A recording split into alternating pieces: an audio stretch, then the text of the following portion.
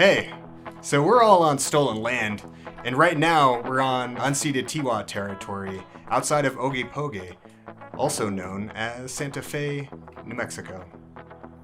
So, I don't know. Give the land back, you fuckers. I always romanticize artists in turbulent time periods and be like, that'd be so cool if like shit went down and I could just make art about it. When it's actually happening, it's like, this is fucking crazy. Like, this is horrible. Like, I feel like I shouldn't be making art because this feels like I have to be like delusional to think that this is important in this time period, which I think you have to be a little delusional to be an artist.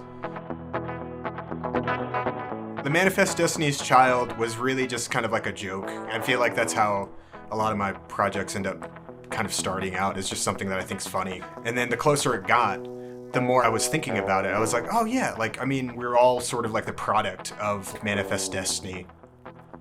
Like, I just made like genocide and colonialism totally fine. History's extremely messy and extremely brutal. We're like the products of that history.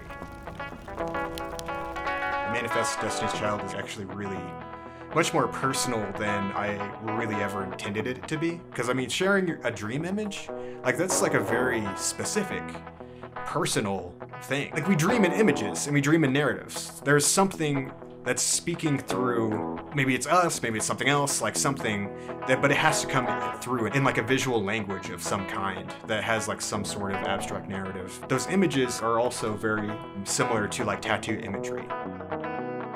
We spend, well, it's like almost like a third of our life asleep. So like, it just seems like it's something is important. Even if, you know, I'm completely wrong, dreams are still like pretty cool. It's really helpful for me. That painting was kind of based on a dream that I had where I just kind of woke up and all I really remembered was the phrase, "It's okay, there's some flies in the beehive." Utah's the beehive state, and I was lucky enough I went to treatment in Utah. That phrase just started making me think about Utah and making me think about my time in recovery.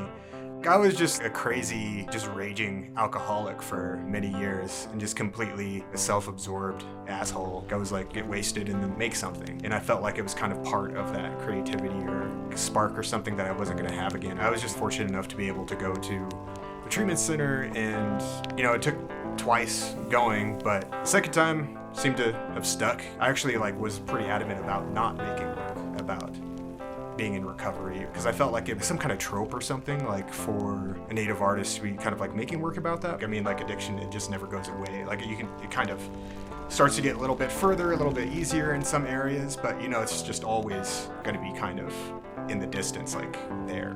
It's been a while, you know, it's been 8 years. And I was like, oh man, like this is something that it's coming up. Like it feels like something I should make work about.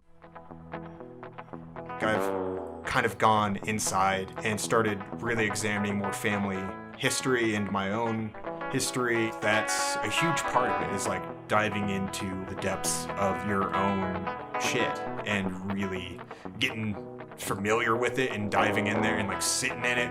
Like you puke in your pants and you just sit in it and you just kind of, you know, see what happens. So come out to the show at Ellsworth Gallery. It's called Manifest Destiny's Child. Buy some stuff, I hope. You know, some stuff you can't really buy, but I don't know, buy the stuff that you can. I'd appreciate it.